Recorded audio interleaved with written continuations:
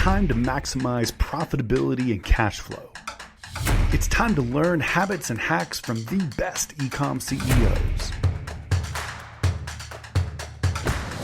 It's time for Return on Podcast with me, Tyler Jefcoat. Hi there. As the owner of your e-commerce business, you don't need to be an accountant or a professional CFO in order to be successful. But you do need to learn how to manage your business by the numbers. And guys, that starts with understanding how to read and apply your financial statements. You may hire a team like Seller Accountant to do your bookkeeping for you, or you may have an internal asset do those books. But if you don't take the time to actually read your profit and loss statement in your balance sheet and then use what those numbers are telling you to make better choices about your business, you're going to really struggle, and I don't want you to struggle. And so as I've talked to sellers that I maybe serve as the CFO for, or that we do the bookkeeping for here at Seller Accountant, over and over again, I hear that it's just kind of confusing, Tyler. I don't know that I understand exactly how to glean value. I'm not an accountant. I don't want to be an accountant. And so I'm hoping that this series of videos is going to demystify those financial statements for you and empower you to actually get value, to make yourselves better because of the financials that you're creating. We're going to start with the profit and loss statement, and we're going to start right at the top of the profit and loss statement at the revenue side. And so in today's video, what we're going to do is we're going to actually work through what should be in the revenue side of your profit and loss statement, what's good, what's bad, how do you read it, how do you interpret it, and then we'll dive into the other sections in future videos. Let's take a look at a couple of profit and loss examples.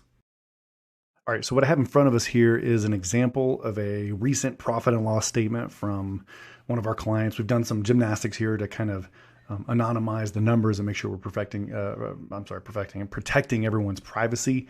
But this is a very typical profit and loss statement for an Amazon plus Shopify brand owner. And so what are the things that should be included in your P&L for the income revenue side, which is kind of the part at the very top? And here's how we do it at Seller Account. I recommend everybody do it this way. We're going to split things by sales channel. I don't ever want to just book deposits from Amazon, deposits from PayPal, deposits from Stripe. I don't ever want to do that. I want to assign revenue on an accrual basis to the actual place that I sold it. If I sold it through a retail store, I want to assign it to that channel. If I sold it through my website like Shopify, I want to assign it to that channel. If I'm using Amazon's marketplace, I want to do it that way. I also want to make sure that I am, again, not just grabbing those deposits. You know, we've seen lots of sellers that might just take that net deposit from Amazon, forget about the Amazon fees, forget about the refunds, and just book that as revenue. That's a bad plan. You really need to do the energy, make sure that your bookkeeping team has done the energy to gross up those sales, where you have a true number here for gross sales. And you're taking any allowances there for coupons or discounts, and then any refunds. If you got any FBA reimbursements, if you're an Amazon seller, that's going to be a thing. If you're in Shopify, you're not going to get FBA reimbursements necessarily, but you might be getting more shipping income. It needs to look almost exactly like what you're seeing on the screen. And it needs to be booked in such a way that you're doing the monthly accounting where you can really understand changes or differences. So that's really all that needs to be in the revenue side of your P&L. But what do you do if you're like not real happy with it? A couple of things you might start with in terms of comparing. You could compare, like right now we're looking at February through April. We could compare February through April with the prior 3 months. That's kind of a comparing to prior period. That's interesting.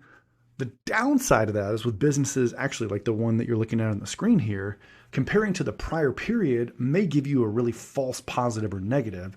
For this client and a lot of our clients in particular, December and the Christmas holiday is a really hot season for them. So if I were to just compare January to December or compare February to December, I'm not going to get a really clear picture of how the business is performing. However, if I can compare things year over year, which is my favorite, I'm going to understand how did Q3 of 2023 compare to Q3 of 2024, right? That kind of thing.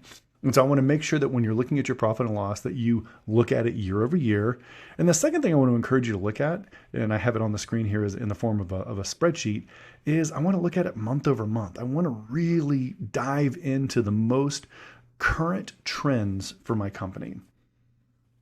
So looking at the case study that's in front of us here, Amazon sales have kind of gone down a little bit. I need to go talk to my Amazon marketing team and understand the story. Why are Amazon sales going down? Are we getting beat by competitors? Is there something else seasonal that we should be aware of? When I look at Shopify, we're pretty flat on Shopify. We had a bad March and then we recovered in April, right? And so you need to do that with each of your sales channels and ask yourself the revenue related questions. How does this performance for a month compare to my plan, to what I wanted to do with my business and the revenue and the sales of my company? And so what do you do about it if you're not happy?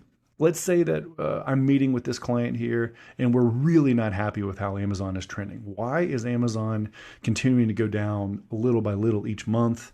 You know, if we were to see another month here in May that's even worse, we're going to be highly concerned. And we're going to ask the question, how do we improve sales? We don't want to continue letting this go down. Well, there's a couple things you can do to increase the sales on your e-commerce business. One will be launch new products. 2 is going to be launch new sales channels. 3 is going to be improve your marketing efforts. If you have, if you're spending money in ways that aren't generating sales, you may have to improve those efforts. And then 4 is you may want to run some pricing tests. I've had some CFO clients recently, if they have a product that is in a highly elasticity, you guys ever heard that in your old economics class, the price elasticity of sales. If they're in a more commoditized category, then lowering your price a little bit may give you a lot more sales. And if they're in a very sticky category where there isn't as much elasticity in the sales, then you can actually raise your price by 5 or 10% and you may not see any drop in your unit volume. And so experimenting with the way you're pricing your products on Amazon or on Shopify, or whether you're doing it on, one of the other platforms like eBay or Walmart, can be a really powerful way to try to increase your sales. So I'm going to end this video. Let's land it here. Again, we're going to be walking process by process through your profit and loss statement. When we finish the P&L, we'll jump into the balance sheet. And what I'm really hoping you can do is take just a couple of minutes each month, guys. Grab these financial statements and compare them to your plan and make adjustments as you need to so that your business can generate the profitability that you want it to generate. Until next time, take care.